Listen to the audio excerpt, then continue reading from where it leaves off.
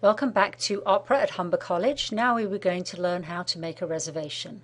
Again, we click on the PMS and click the login button. And we're going to start with reservations. So now we are going to create a new reservation.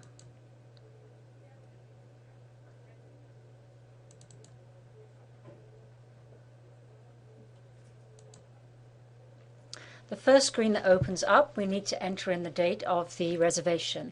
It automatically defaults to today's date, and today's date can be seen at the top of the screen here.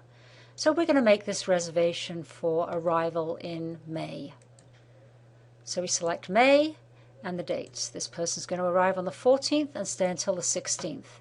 We then click OK. As you see, it automatically defaults to the number of nights.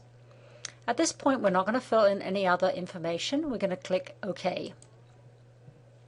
This takes us to the rate screen, and there is a lot of information on this screen. As you can see, we have the room types. So this is a double-double non-smoking.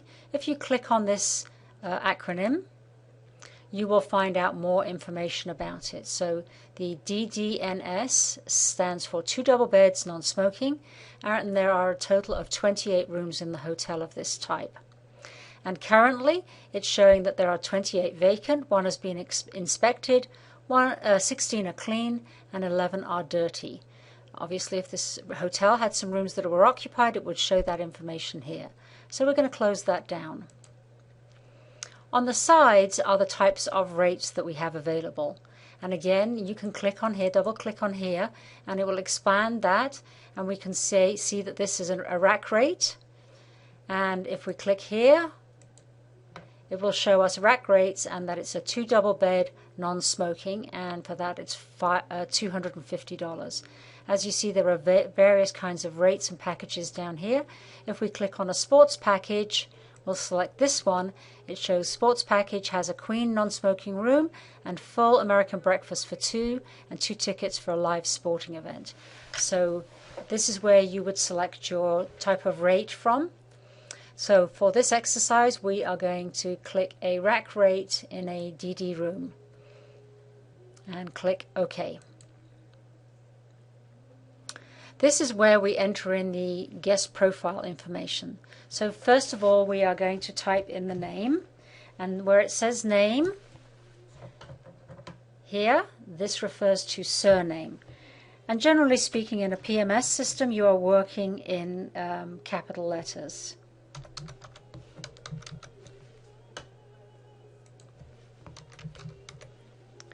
So you type in the name and you click this gray square here, and it will take you to the guest profile. Here you can enter in more information. So we have the title, the language. So the language is E for English. So we could pick other languages from this drop-down box.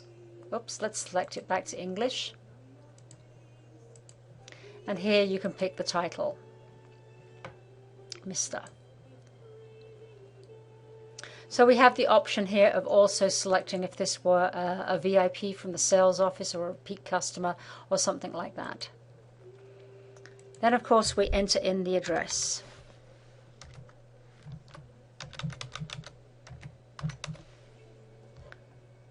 The city,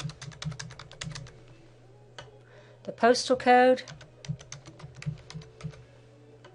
The country is automatically populated, and then you would select the province. This information is very, very important for the revenue management, so it's important to fill in all this information. Select a phone number.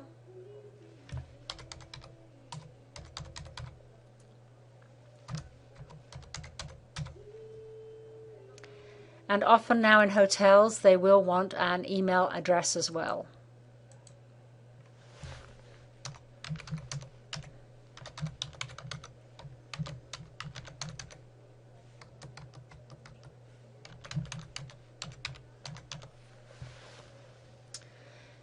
In some hotels, they may require a passport number or something like that. That's especially used in Europe, however, not so important in North America.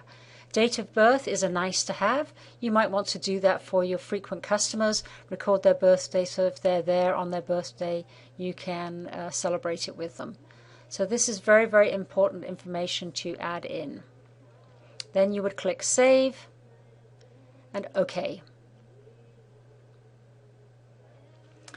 So now we have the address information in there. We have the arrival pre-populated from the first page, and then we check the type of payment.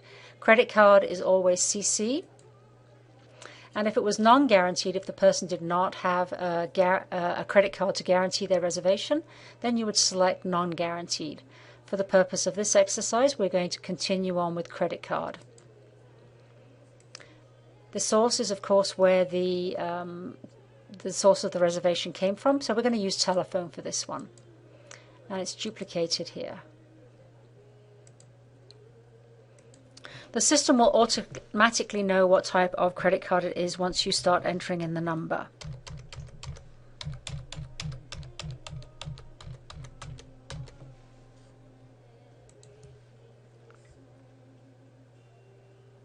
And we want to attach this credit card to the profile so that we don't have to keep entering this in.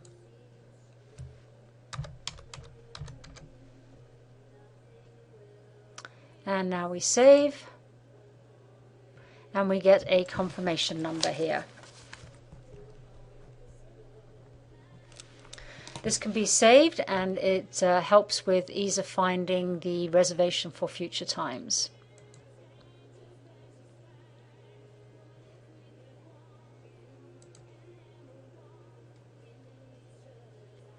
And when we exit out of there, it takes us back to the reservation screen in case we want to make up a second reservation.